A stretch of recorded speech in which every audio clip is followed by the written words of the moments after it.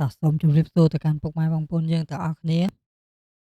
ចាសស្វាគមន៍បងប្អូនយើងសាជាថ្មីមកកាន់ការផ្ដល់តម្រុយ Short យួនម៉ោង4និងម៉ោង6បងប្អូនចាសសម្រាប់ថ្ងៃនេះដែរមានលេខដើម្បីយកមកចែកជូនបងប្អូនយើងលេងកម្សាន្តទៀតហើយតែមុននឹងចូលទៅកាន់តម្រុយ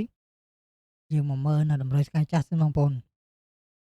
ចាសសម្រាប់តម្រុយថ្ងៃចាស់របស់យើងថ្ងៃនេះគឺយើងចូលបានអូហាមួយគ្រាប់សម្រាប់ម៉ោង4បងប្អូន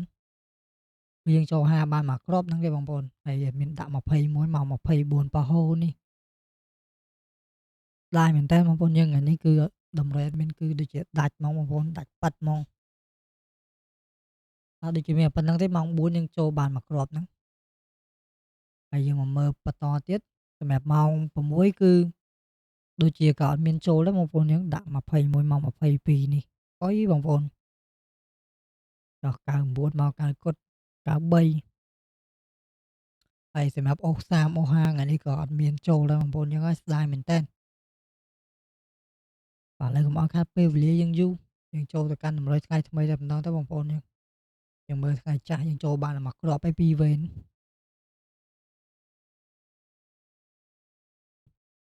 បាទក៏ស្វាគមន៍បងប្អូនយើងទាំងអស់គ្នាមកកាន់តម្រុយថ្ងៃថ្មីគឺថ្ងៃទី18ខែ3 2026តើបងប្អូនយើងសម្រាប់លេខអូសគ្រាប់ដំបូងadminដាក់ឲ្យអូសចិត្តបងប្អូន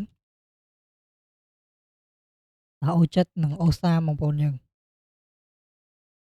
ដាក់អូសចិត្តអូស30សម្រាប់ថ្ងៃនេះហើយ2លេខ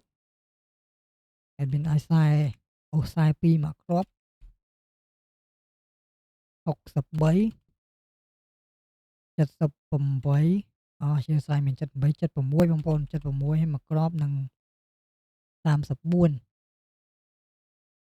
ហើយសម្រាប់3លេខថ្ងៃនេះadminដាក់ឲ្យ276